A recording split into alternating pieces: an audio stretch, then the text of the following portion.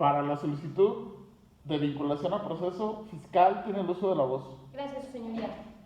Su señoría, esta fiscalía solicita que se dicte auto de vinculación a proceso al imputado Carlos Atanasio Puentes Ruiz. La presente solicitud se realiza con base en los siguientes hechos. Siendo el día 22 de mayo de 2012, aproximadamente a la 1:10 de la madrugada, Martín Casas y Patricia Venegas circulaban a bordo de su vehículo Mazda Asahi Guinda sobre la calle Carrera 9 a la altura de los números 42 y 17 de esta ciudad, siendo interceptados por una camioneta gris de la cual descendieron Enrique Pimientos y Carlos Puentes, el primero amagando con un arma de fuego a Martín Casas y el segundo dirigiéndose hacia Patricia Venegas, obligándola a subir a la camioneta gris y trasladándola a la calle 1, número 715 de esta ciudad, lugar donde se le mantuvo en cautiverio, realizando 2 llamadas telefónicas el 5 de junio de 2012 al señor Martín Casas, exigiéndole la cantidad de $1.000.000 a cambio de no matar a Patricia Venegas, cautiverio que permaneció hasta el 7 de junio de 2012. Se cuenta con los elementos probatorios para acreditar el hecho delictivo de secuestro tipificado en el artículo 9, fracción primera, inciso A, el cual establece el privar de la libertad a otro con el propósito de obtener para sí rescate. Está agravado por el artículo 10, fracción primera, incisos B y C, por realizarse en un grupo de 2 o más personas y por realizarse con violencia en su ejecución. Ambos numerales de la Ley General para prevenir y sancionar delitos en materia de secuestro. Martín Casas y Patricia Venegas señalan en sus entrevistas que en el día y la hora mencionados los interceptó una camioneta gris de la cual descendieron 2 sujetos, amagando con un arma de fuego a Martín Casas y obligando a Patricia a subir a dicha camioneta.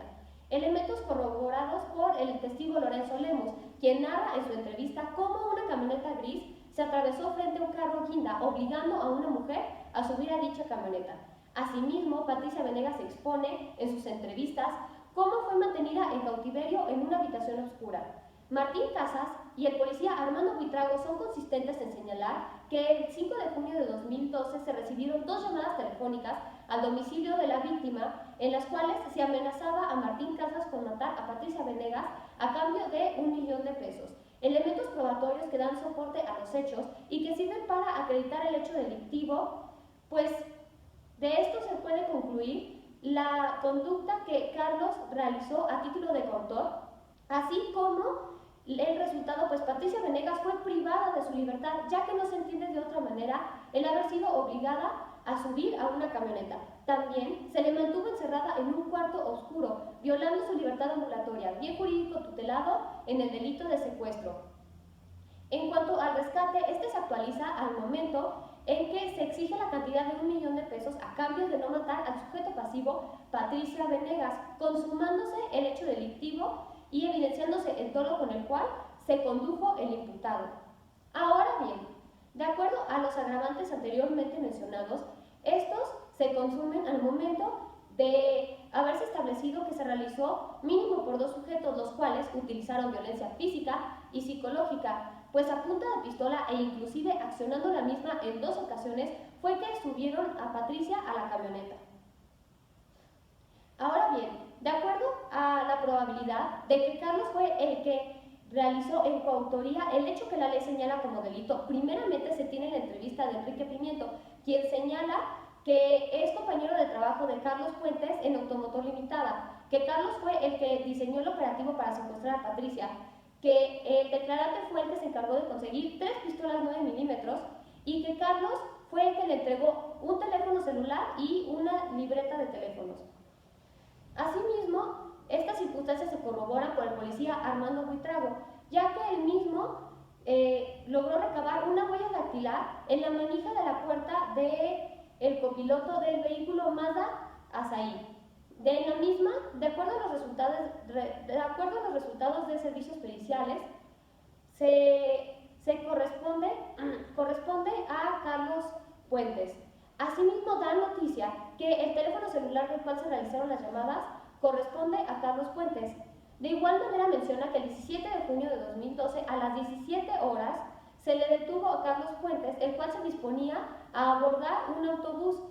Al mismo se le encontró una libreta telefónica así como una pistola 9 milímetros. Hechos que corroboran la probable participación de Carlos Puentes. Pues un elemento objetivo como lo es su huella dactilar lo sitúa en el lugar de los hechos, ya que no se entiende de qué otra manera se podía encontrar su huella en la manija del copiloto.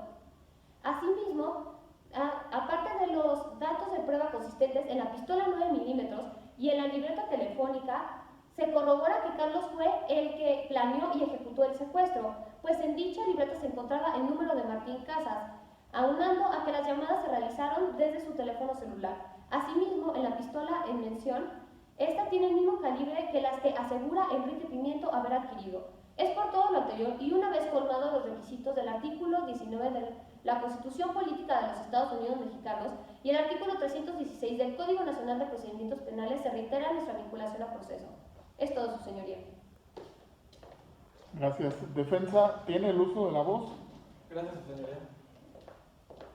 Su señoría, esta defensa solicita que no se vincule a proceso al señor Carlos Atanasio Puentes Ruiz. Esto en virtud de que la Fiscalía ha fundado su petición en datos de prueba insuficientes para acreditar la posible participación de mi defendido en el hecho que la ley señala como delito de secuestro agravado, ya que se actualiza una causa de atipicidad como lo es la ausencia de conducta. Esto con fundamento en el artículo 316, fracción tercera del Código Nacional de Procedimientos Penales. La Fiscalía hace valer el señalamiento que hace Enrique Pimiento de mi defendido como la persona que planeó y ejecutó el secuestro en contra de Patricia Venegas. Sin embargo, no se le debe de dar valor a dicho dato de prueba, pues del mismo se advierten las manifestaciones de que no desea volver a la cárcel, de que hará cualquier cosa por no volver a tal lugar, e inclusive declara que el delatar siempre trae rebajas, y es por eso que decide colaborar con la justicia. Enrique Pimiento solo señala a Carlos Puentes porque busca obtener un beneficio propio. Por estas razones, su señoría, es que se pone en duda su credibilidad y de si el verdadero motivo por el cual ha señalado a Carlos Puentes es porque busca obtener un beneficio propio.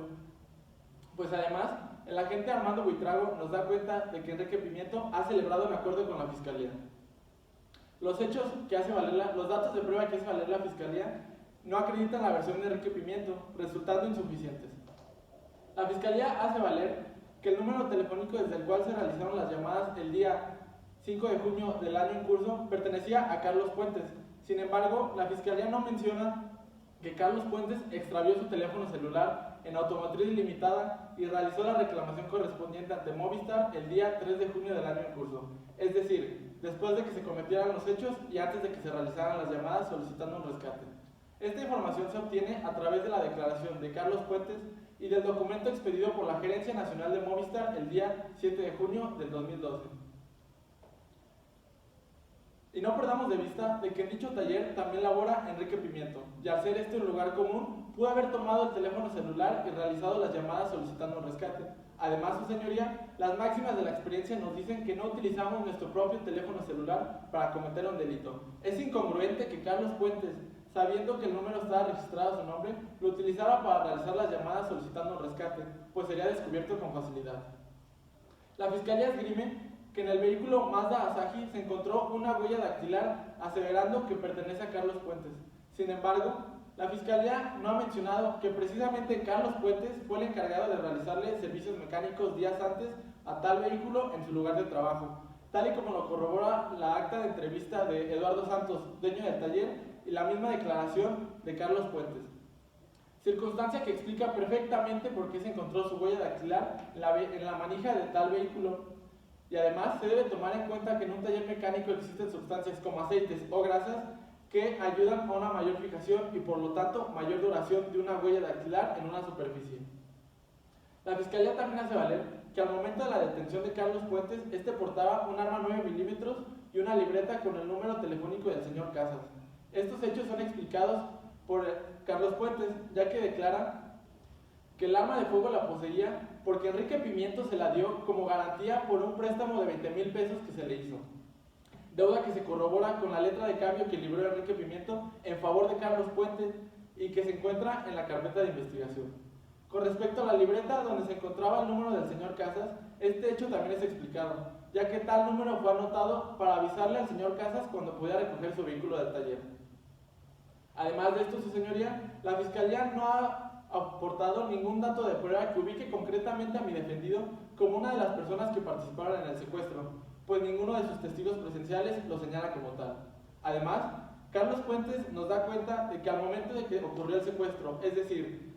el 22 de mayo a la 1:10 de la madrugada, este se encontraba en su lugar de trabajo. Así lo acredita el acta de entrevista de Eduardo Santos, ya que declara que el 22 de mayo él vio llegar a mi defendido a las 10 p.m. y cuenta con su registro de cada 2 horas. Por lo tanto, es imposible que mi representado estuviera en 2 lugares a la vez. Por estas razones, su señoría, es que se concluye que la Fiscalía no ha logrado acreditar ni siquiera de manera posible la participación de mi defendido, una vez analizando la totalidad de los datos de prueba de manera conjunta y racional. Por lo tanto, se solicita nuevamente que no se le vincula a proceso al señor Carlos Atanasio Puentes Ruiz, con fundamento en el artículo 319 del Código Nacional de Procedimientos Penales. Es cuando, su señoría. Gracias, defensa. Para el debate de medidas cautelares, fiscal tiene el uso de la voz. Gracias, su señoría. Con fundamento en el artículo 153 y 154 del Código Nacional de Procedimientos Penales, así como el 19 constitucional, esta Fiscalía solicita se le imponga al imputado Carlos Atanasio Puentes Ruiz la siguiente medida cautelar consistente en la prisión preventiva, toda vez que esta Fiscalía ha analizado los elementos objetivos y subjetivos que acreditan la necesidad de su imposición, ya que esta medida cautelar nos ayuda a asegurar los fines de las medidas cautelares, los cuales son garantizar la comparecencia del imputado al procedimiento y garantizar la seguridad de la víctima y del testigo. Por lo que hace a garantizar la comparecencia del imputado al procedimiento, existe un peligro de sustracción por parte del imputado, de acuerdo a lo establecido en el artículo 168 del Código Nacional de Procedimientos Penales, de la fracción segunda, de la cual se toma en consideración el máximo de pena que se le pudiera llegar a imponer. Hay que recordar que el imputado fue vinculado por el hecho delictivo de secuestro agravado. Atendiendo a la legislación aplicable, el máximo de pena que se le pudiera llegar a imponer al imputado sería de 90 años, circunstancias que pueden ser un fuerte motivante para que Carlos Puentes se sustraiga del procedimiento. Por lo que hace a la fracción tercera del artículo 168 en mención, el cual establece el comportamiento del imputado posterior a la comisión del hecho delictivo, existen datos concretos que manifiestan el riesgo de fuga. Esto se advierte del informado por Armando Buitrago, que el día de la detención del imputado, el día 17 de junio del 2012, el cual pretendía abordar un camión en la central de autobuses de esta ciudad, de no haberse efectuado la detención oportuna, Carlos Puentes pudo haberse dado a la fuga con facilidad de la ciudad, razón por la cual la prisión preventiva es la única medida cautelar que nos ayuda a asegurar que esto no vuelva a suceder en un futuro. Además de que la prisión preventiva es la única medida que nos ayuda a asegurar que no corra riesgo la integridad de la víctima y del testigo, esto de acuerdo a lo establecido en el artículo 170 del Código Nacional de Procedimientos Penales. Esto debido a las circunstancias en las que ocurrieron los hechos. No hay que olvidar que de las entrevistas de Patricia Venegas y Martín Casas se desprende que fueron amenazados con un arma de fuego, así como lo infirieron en Martín Casas, al cual le dijeron: no quieras que te queme por detrás. Circunstancias que dan vista del peligro que corren las víctimas, pues en la realización de los hechos delictivos se refleja un alto grado de violencia, además de que subsiste el riesgo fundado de que se puedan cometer actos en contra de Patricia Venegas y de Martín Casas, poniendo en riesgo su integridad, pues Carlos Puentes es una persona que no tiene miedo de allegarse de armas de fuego, incluso portarlas. Esto se advierte del informado por Armando Buitrago, que el día de la detención del imputado traía consigo un arma de fuego, además de que el imputado conocía perfectamente la rutina de la víctima y de su esposo, pues días previos al secuestro se hizo un seguimiento de Patricia. Esta información la conocemos a través de la entrevista realizada a Enrique Pimientos, circunstancias que en conjunto nos dan vista del peligro que representa Carlos Puentes para la víctima.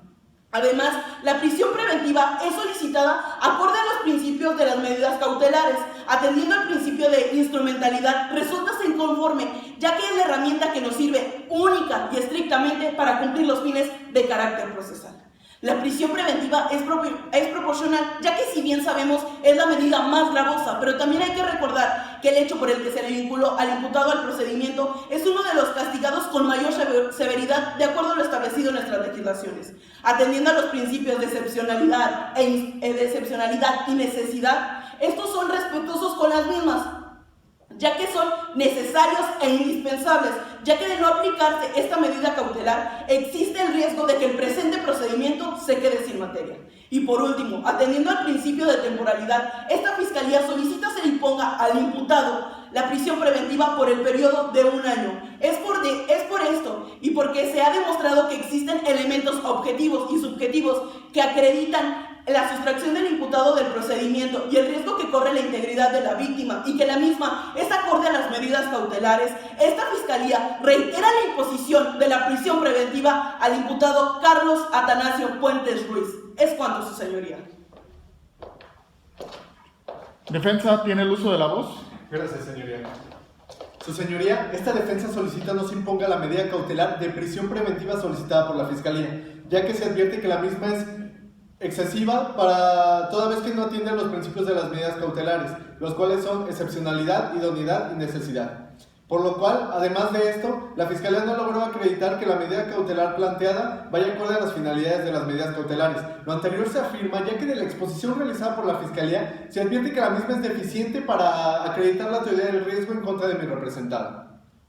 Es preciso analizar lo siguiente. En primer lugar, la Fiscalía hace valer el máximo de la pena que pudiera llegar a imponérsele a mi representado, pero esto lo que realmente constituye es una presunción de un peligro procesal, es decir, que la Fiscalía está presumiendo que por tener una pena alta el delito por el cual se ha vinculado a mi representado es un factor determinante para que él vaya a sustraerse de la acción, olvidando la Fiscalía que su solicitud de medidas cautelares debe estar fundamentada en datos de prueba y no en meras presunciones, pues el peligro procesal no se presume. Esto de acuerdo a lo que estableció la Corte Interamericana de Derechos Humanos en la resolución del caso J versus Perú en el párrafo 159, en el cual nos establece que el peligro procesal no se presume, sino que debe realizarse la verificación del mismo atendiendo a cada caso y fundado en circunstancias objetivas y ciertas del caso concreto. Además de que la privación de la libertad del procesado no puede residir en fines preventivos generales o preventivos especiales atribuibles a la pena.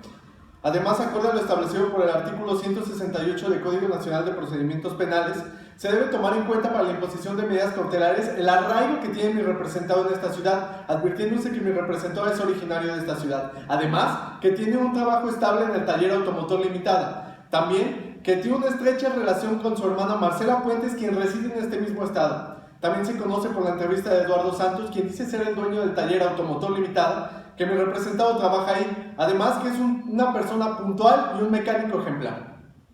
La Fiscalía también señala que hay un riesgo de sustracción por parte de mi representado, pero debido a que fue detenido en la terminal de autobuses. Pero mi representado es claro y preciso en señalar que se encontraba en este lugar debido a que iba a visitar a su hermana. Información que es corroborada por la misma Marcela Puentes, quien nos señala que el día 15 de junio del presente año se había intoxicado y que al día siguiente la internaron, por lo cual mi representado iba a visitarla. Como consecuencia, en cuanto a la finalidad de las medidas cautelares consistente en asegurar la comparecencia del imputado al procedimiento, la Fiscalía no logró acreditar que la medida cautelar solicitada sea la idónea y necesaria para acreditar dicha finalidad. En segundo lugar, la Fiscalía hace valer que mi representado puede constituir un obstáculo para garantizar la integridad de la víctima y del testigo. Pero de todos los datos de prueba de la carpeta de investigación, se advierte que mi representado es una persona que no es violenta y además que no puede representar un peligro para la integridad. Es de tomarse en cuenta lo señalado por Enrique Pimiento, ya que él nos establece que mi representado es una buena persona. Asimismo, Marcela Puentes nos señala que Carlos será incapaz de hacerle daño a alguien. Sumado a esto, Eduardo Santos nos señala que desde que conoce a mi representado es una persona trabajadora, puntual, honrada y, como ya lo mencioné, un mecánico ejemplar. Sumado a esto, la Fiscalía señala también que se toma como un peligro para garantizar la integridad de la víctima y de los testigos que al momento de su detención se haya encontrado en posesión de un arma de fuego de 9 milímetros, pero mi representado nos señala que tenía esa arma debido a un préstamo que le hizo Enrique Pimiento por la cantidad de 20,000 pesos y se la dejó en garantía, lo cual se corrobora con el documento denominado letra de cambio que se encuentra en la carpeta de investigación que ampara dicha cantidad y que está firmado por Enrique Pimiento. Como consecuencia, la Fiscalía no ha logrado acreditar que con la medida cautelar solicitada se garantice la integridad de la víctima y de los testigos, y por lo tanto no se debe conceder la imposición de la misma, pues no se debe tomar en cuenta solamente que la Fiscalía haga valer medianamente sus aseveraciones, sino que en el caso de la medida cautelar de prisión preventiva, al constituir la más gravosa que se pudiera imponer a mi representado, se debe tomar en cuenta que se imponga la misma respetando los principios que rigen las medidas cautelares. Esto acorde a lo resuelto por la Corte Interamericana de Derechos Humanos en la resolución del caso Norín Catrimán y otros versus Chile en el párrafo 302, en el cual nos establece que no es suficiente con que sea legal, además no debe ser arbitraria y siempre debe imponerse respetando los principios de idoneidad, proporcionalidad y necesidad, además de que la finalidad de la medida debe ser acorde a la convención. Por ende, no se debe tomar la medida cautelar como un adelantamiento de la pena, sino solamente con la finalidad de cumplir los fines de orden procesal, porque si se ve, como lo mencioné, como un adelantamiento de la pena, se estaría violentando el principio de presunción de inocencia y cual goza mi representado, acorde a lo establecido con la Corte Interamericana en la resolución del caso López Álvarez versus Honduras en el párrafo 69, en el cual nos establece que la imposición de las medidas cautelares no debe rebasar los límites estrictamente necesarios para asegurar que aquel no impedirá el desarrollo eficiente de la investigación ni eludirá la acción de la justicia. Es por esto, su señoría, que la defensa solicita que no se imponga medida cautelar alguna a mi representado Carlos Puentes.